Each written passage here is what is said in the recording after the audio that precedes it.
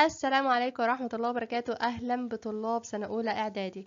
النهاردة هنحل مع بعض تقييم الأسبوع السابع. معاكم ميس سارة رؤوف. يلا بينا ما نضيعش وقت ونسمي الله ونبدأ مع بعض حل التقييم بتاع الأسبوع السابع. ده كان صفحة 25 في كتاب طبعا تقييمات. طيب، بيتكلم عن ايه التقييم بتاعنا النهاردة؟ بيتكلم عن الدرس التاني في الوحدة اللي هو عصر الدولة الوسطى، اللي بسميه عصر الرخاء الاقتصادي. أول حاجة طبعا هو مقسم الدرس فترتين. الفترة الأولى بتتكلم عن خصائص عصر الدولة الوسطى وأشهر ملوك الدولة الوسطى. هنبدأ بالأداء الصفي. أول حاجة بيقول لاحظ وفسر. لاحظ وفسر. أمامك عدة صور تعبر عن خصائص عصر الدولة الوسطى. من خلال هذه الصور وضح أهم خصائص عصر الدولة الوسطى. طبعا عصر الدولة الوسطى كان ليه خصائص كتير. هنحاول نخرج من الصورة اللي نفهمه يعني من الصورة. أول صورة ده صورة لسد اللاهون حاليا. صورة لسد اللاهون حاليا. من أهم خصائص العصر بتاع الدولة الوسطى إنه كان بيهتم بالمشروعات الزراعية، وأكبر دليل إن هو بنى سد اللاهون لتخزين مياه فيضان النيل. يبقى ده هقول فيه الخاصية بتاعته، يعني الاهتمام بالمشروعات الزراعية. بعد كده مدينة الأقصر حاليا. طيب، هي مدينة الأقصر دي بتتميز بإيه؟ أغلبية الآثار المصرية القديمة موجودة في الأقصر. يبقى النشاط المعماري الكبير. الخاصية اللي من الصورة دي النشاط المعماري الكبير، وده طبعا تمثل في بناء المعابد والمقابر زي اللي موجودة في مدينة الأقصر. طيب، بعد كده دي قناة سيزوستريس طبعا اللي حفرها الملك سوناسرت الثالث. طيب، ايه الخاصية اللي هنا؟ الخاصية ان كان، طب هو اصلا ايه اللي حصل لما عملنا قناة سيزوستريس، او ليه اصلا اتعملت او اتحفرت؟ كان الهدف منها ربط البحر الاحمر بالبحر المتوسط عن طريق نهر النيل، وده طبعا لتسهيل التجارة من البحر الأحمر للبحر المتوسط. يبقى زيادة النشاط التجاري مع البلاد المجاورة زي فينيقيا وبلاد بونت. يبقى الخاصية من الصورة الثالثة زيادة النشاط التجاري مع البلاد المجاورة اللي هي زي فينيقيا وبلاد بونت. آخر صورة الملك امنمحات الأول. هي الصورة تعبانة شوية معلش. الملك امنمحات الأول. طيب، تميز الملك امنمحات الأول أو عصره باستقرار الحكم، واستقرار الحكم ده كان من أهم خصائص عصر الدولة الوسطى. تمام، هنقولهم تاني بقى مع بعض للي عايز يكتب أو حاجة. أول حاجة سد اللاهون، الاهتمام بالمشروعات الزراعية. مدينة الأقصر حاليا النشاط المعماري الكبير. قناة سيزوستريس زيادة النشاط التجاري مع البلاد المجاورة. الملك امنمحات الأول استقرار الحكم. بعد كده رقم 2 سؤال بما تفسر. أول نقطة فيه الاهتمام ببناء الحصون في عصر الدولة الوسطى. ليه كانوا بيهتموا ببناء الحصون؟ لتأمين الحدود الشرقية والجنوبية لمصر. لتأمين الحدود الشرقية والجنوبية لمصر. تاني نقطة ازدهار الأدب والفنون في عصر الدولة الوسطى. ليه؟ بسبب زيادة الإنتاج الأدبي والتقدم في الفنون زي الرسم والنحت. سمي عصر الدولة الوسطى، دي تالت نقطة، سمي عصر الدولة الوسطى بعصر الرخاء الاقتصادي. ليه سمناه بعصر الرخاء الاقتصادي؟ بسبب ايه؟ بسبب الإنجازات الكبيرة التي شهدها هذا العصر. بسبب الإنجازات التي شهدها هذا العصر. طبعا الإنجازات في كذا مجال، اقتصادي وتجاري وعسكري وغيره. يبقى بسبب الإنجازات التي شهدها هذا العصر. هنجاوب تاني سؤال بما تفسر برضو للي عايز يسجل أو يكتب. أول نقطة بما تفسر الاهتمام ببناء الحصون في عصر الدولة الوسطى لتأمين الحدود الشرقية والجنوبية لمصر. تاني نقطة ازدهار الأدب والفنون في عصر الدولة الوسطى، هقوله لزيادة أو بسبب زيادة الإنتاج الأدبي والتقدم في الفنون كالرسم والنحت. تالت نقطة سمي عصر الدولة الوسطى بعصر الرخاء الاقتصادي. ليه؟ بسبب الإنجازات التي شهدها هذا العصر. سؤال رقم 3 دلل على صحة العبارة الآتية. ايه الدليل على ازدهار النشاط التجاري في عصر الدولة الوسطى؟ ايه الدليل بتاعي؟ الدليل لسه قايلين حفر قناة سيزوستريس على يد الملك سوناسرت الثالث. ليه؟ قلنا علشان تربط البحر الأحمر بالبحر المتوسط عن طريق نهر النيل. نكمل مع بعض صفحة 26.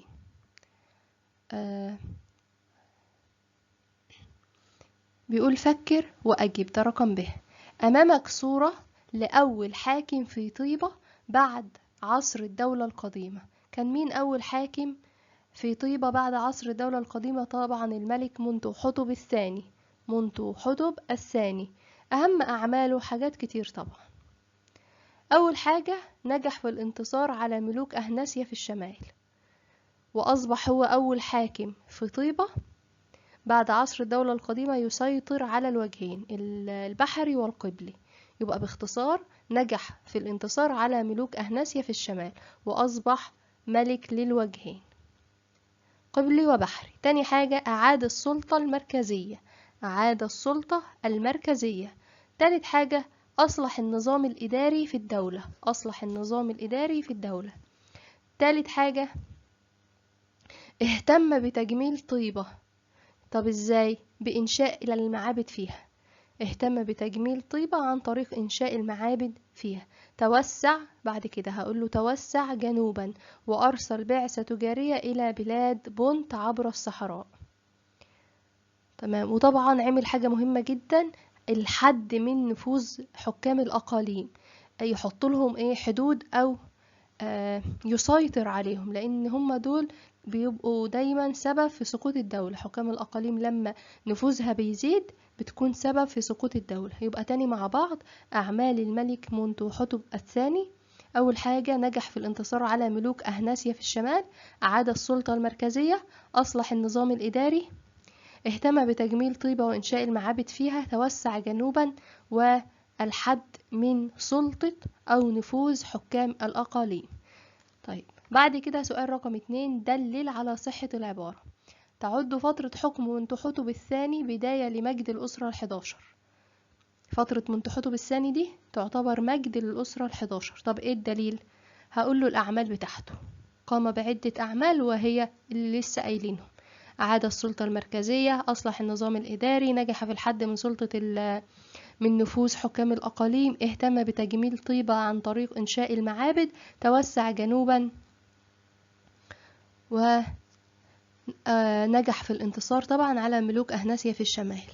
بعد كده سؤال رقم 3، بما تفسر. نركز مع بعض. بما تفسر. نقل الملك امنمحات الأول عاصمة البلاد من طيبة إلى إثيتاوي. ليه نقل العاصمة؟ علشان تكون العاصمة بتاعته في موقع متوسط. طبعا طيبة في الجنوب، وهو دلوقتي بقوا حاكمين البلد كلها، فعايز مكان يكون يقع في النص، بحيث يقدر يكون مسيطر على الوجه القبلي والوجه البحري. يبقى لتكون العاصمة في موقع متوسط بين الوجهين البحري والقبلي، وده هيمكنه من السيطرة على كل أنحاء البلاد. تاني مع بعض، لتكون العاصمة في موقع متوسط بين الوجهين البحري والقبلي ليتمكن من السيطرة على كافة أنحاء البلاد.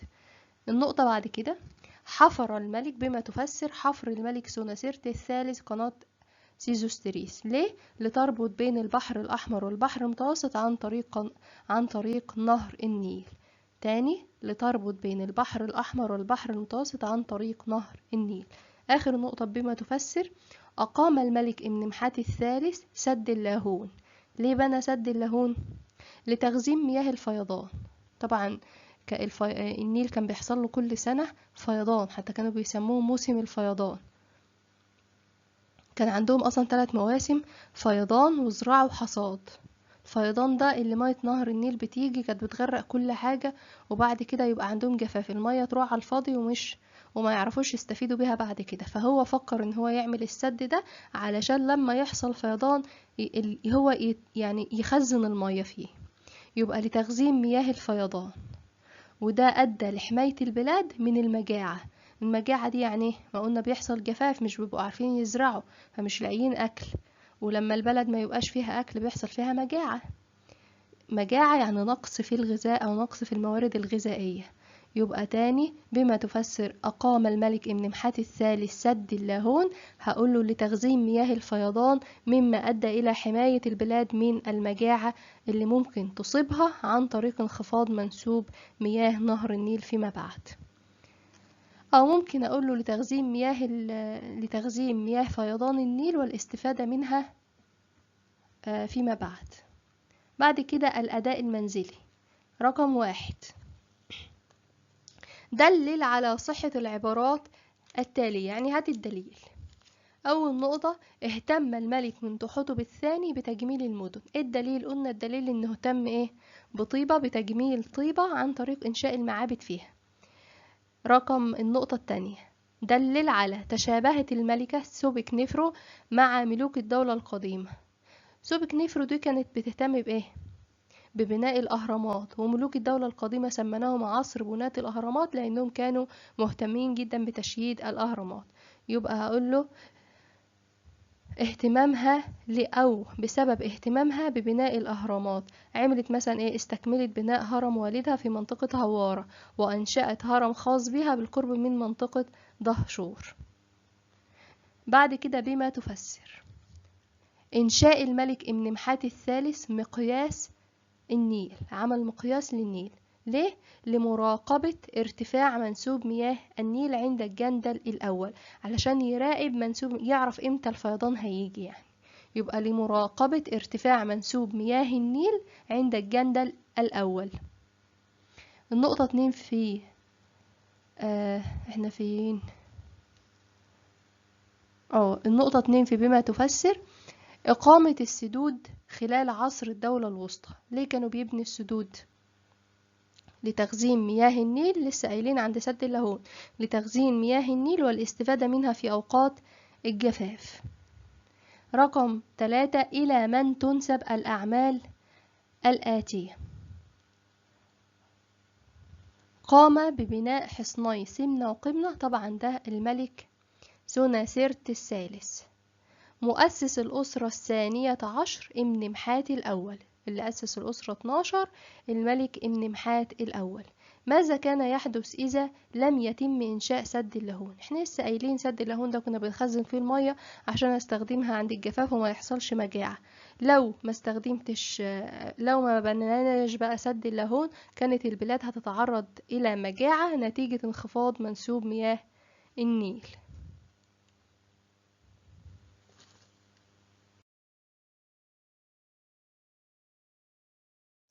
هنكمل مع بعض حل التقييم السابع صفحة 27. هيتكلم عن الفترة التانية اللي هو عصر الإضمحلال الثاني، أو بسميه عصر الضعف الثاني. طيب الأداء الصفي. أول سؤال، بما تفسر سقوط الدولة الوسطى. هي ليه الدولة الوسطى دي سقطت؟ عندي سببين، ضعف الملوك، وده بيكون أساسي في سقوط أي دولة، ضعف الملوك. تاني حاجة قلناها برضو احنا بنحل قبل كده، زيادة الصراعات بين حكام الأقاليم على السلطة. الحكام الأقاليم في ما بينهم صراعات وخلافات، فده بيؤدي إلى ضعف الدولة وسقوطها. يبقى السببين، أول حاجة بسبب ضعف الملوك وزيادة الصراعات بين حكام الأقاليم على السلطة. ما المقصود بالهكسوس؟ لا ثواني، احنا فوتنا نقطة. بما تفسر قيام الملك كاموس بحملة مفاجئة على أرض كوش. ليه عمل حملة مفاجئة على أرض كوش؟ لتأمين حدود مصر الجنوبية، لتأمين حدود مصر الجنوبية. وكمان لأن كان أمير كوش ده بيمد الهكسوس دايما عن طريق النيل، فهو كان عايز يوقف الإمدادات دي عشان يضعف موقف الهكسوس. ما المقصود أصلا بالهكسوس بقى؟ قلنا مجموعة من القبائل جاءت من آسيا أو جاءت من وسط آسيا. مجموعة من القبائل جاءت من وسط آسيا. رقم ب، لاحظ وتوقع. أمامك صورة لأحد الملوك لمحاربة الهكسوس. ملناش دعوة بالصورة ونشوف السؤال. ما اسم الملك الذي حرر البلاد من الهكسوس؟ مين أصلا اللي حرر البلاد؟ طبعا الملك أحمس الأول. تمام. ما اسم المدينة التي اتخذها الهكسوس عاصمة لهم؟ طبعا مدينة أواريس. بعد كده سؤال رقم 2 بيقول ماذا كان يحدث إذا فشل أحمس الأول في طرد الهكسوس؟ إيه اللي كان هيحصل لو أحمس فشل في طرد الهكسوس؟ كان طبعا سيطرة الهكسوس هتزيد على مصر وعلى البلاد المجاورة، هيحتلوا بقى مصر والبلاد المجاورة. ماشي. رقم 3 برهن على وجود علاقات بين مصر وإفريقيا في عصر الدولة الوسطى. إيه الدليل؟ طبعا فيه دلائل كتير. أول حاجة بتؤكد ان كان في علاقة ما بينهم تأمين الحدود الجنوبية وإقامة الحصون بداية من الجندل الأول حتى الجندل الثالث، وكان في ما بينهم علاقات تجارية خصوصا مع حضارة كوش. طب ازاي كان بيتم تبادل الحلي الذهب يعني اللي بنلبسه والمجوهرات والعطور والمعادن والتوابل والزيوت وغيره وغيره، فدي كده في علاقات تجارية ما بينهم. بعد كده إقامة مراكز ومحطات تجارية على طول نهر النيل. ليه؟ علشان طبعا استخدمها في تخزين وتوزيع السلع المستوردة أو المصدرة. يعني طبعا التجارة كانت القوافل أو المراكب بتمشي في نهر النيل، فكانوا بيعملوا على ضفاف نهر النيل مراكز ومحطات بيخزنوا فيها السلع بتاعتهم سواء بقى اللي جاية أو اللي رايحة، وكانوا بيرسلوا بعثات لاستخراج المعادن. كل ده بيأكد ان كان في علاقات ما بين مصر وإفريقيا في عصر الدولة الوسطى. بعد كده الأداء المنزلي. أول حاجة أكمل العبارات التالية بالكلمة المناسبة. الملك الذي تعد فترة حكمه بداية لمجد الأسرة 11 ده الملك منتوحتب الثاني. منتوحتب الثاني. النقطة الثانية عمل الملك امنمحات الأول على تأمين حدود الدلتا الغربية من غارات مين؟ أصلا هو مين اللي موجود غرب مصر؟ ليبيا، يبقى من غارات الليبيين. بما تفسر أقام ملوك الدولة الوسطى مراكز ومحطات تجارية على طول نهر النيل. لسه قايلين ليه عملوا مراكز ومحطات؟ علشان يستخدموها في تخزين وتوزيع السلع المستوردة أو المصدرة. تخزين وتوزيع السلع المستوردة والمصدرة، الصادرة أو الواردة يعني. بما تفسر نجاح الهكسوس في احتلال مصر. ليه؟ بسبب ضعف الملوك، لسه قايلين فوق اللي هي أسباب سقوط الدولة الوسطى. ضعف الملوك وزيادة الصراعات. ضعف الملوك وزيادة الصراعات طبعا بين حكام الأقاليم. طيب بعد كده النموذج رقم ألف لمن ينسب العمل التاريخي الآتي. قام ببناء حصني سمنة وقمنة عند الجندل الثاني، وكتب لوحة أقامها هناك أنه بريء من ابن يأتي بعده ولا يحافظ على تلك الحدود. ده طبعا الملك سوناسرت الثالث. الملك سوناسرت الثالث.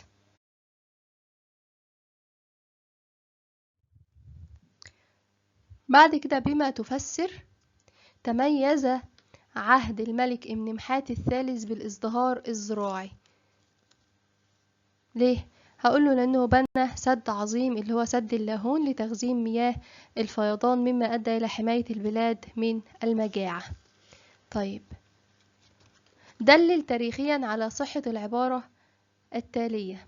تعددت الأدوار الوطنية التي قامت بها الملكة إياح حتب. طيب أول حاجة إياح حتب شجعت ابنها أحمس وكامس على مكافحة أو الاستمرار في مكافحة الهكسوس بالرغم من من مقتل طبعا زوجها سكن الرع على يد الهكسوس، فده موقف بطولي منها. تاني حاجة إن هي لما كان مثلا كاموس ده كان هو اللي بيبقى حاكم بعد والده، فهو اللي بيحكم البلاد. طب لما يطلع يحارب الهكسوس هي اللي كانت بتتولى نيابة عنه شؤون الحكم، هي اللي بتمسك الحكم لحد ابنها ما يرجع. يبقى تاني الدليل على ان إياح حتب كان لها دور بطولي أول حاجة شجعت ابنيها كاموس وأحمس على الاستمرار في الكفاح بعد مقتل أبيهما سكن الراعي الثاني. تاني حاجة تولت نيابة عنهما شؤون الحكم إلى حين عودتهم منتصرين. ما النتائج المترتبة على حفر قناة سيزوستريس؟ طبعا ربط البحر الأحمر بالبحر المتوسط عن طريق نهر النيل وازدهار التجارة. ما رأيك في موقف الملكة إياح حتب؟ طبعا موقف بطولي عظيم. نموذج به. لمن ينسب العمل التاريخي الآتي؟ آخر حكام الأسرة الثانية عشر، واستكملت بناء هرم والدها في منطقة هوارة دي سوبك نفرو. بما تفسر إنشاء الملك إمنمحات الثالث لسد اللاهون؟ جاوبنا كتير ده. ليه؟ لتخزين مياه فيضان النيل واستخدامها أوقات المجاعة.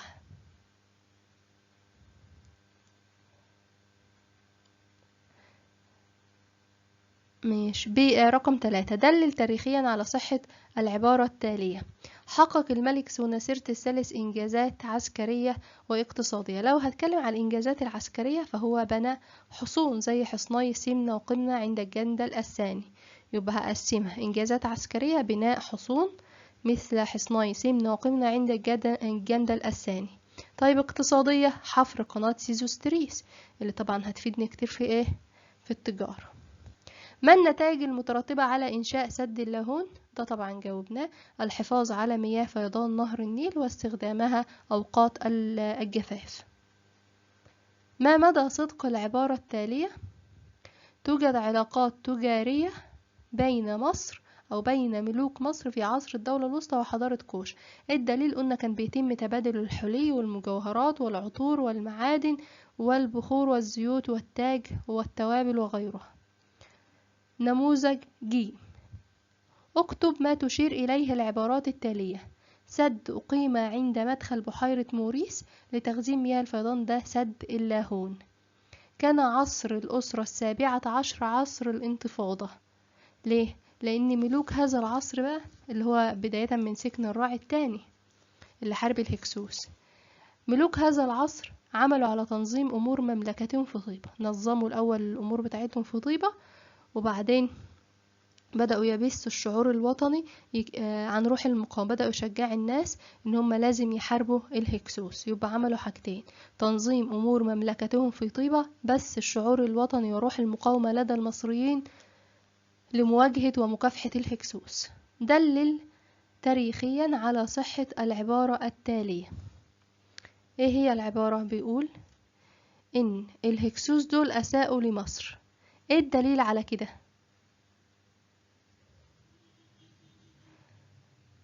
الدليل ان هم لما دخلوا مصر عملوا ايه. هشوف بقى هم لما دخلوا مصر عملوا ايه واتكلم عنه. طبعا الهكسوس دول اول ما دخلوا مصر استولوا على مدينة مننفر بالقوة، ودمروا المعابد، وسرقوا ممتلكات مصر، وفرضوا ضرائب على المصريين. كل دي حاجات اساءوا بيها للمصريين. يبقى الاستيلاء على مدينة مننفر بالقوة، تدمير المعابد، سلب ممتلكات المصريين، فرض الضرائب على المصريين.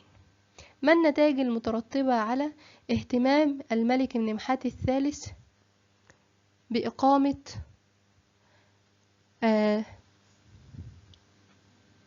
بإقامة المقاييس عند الجندل الثاني؟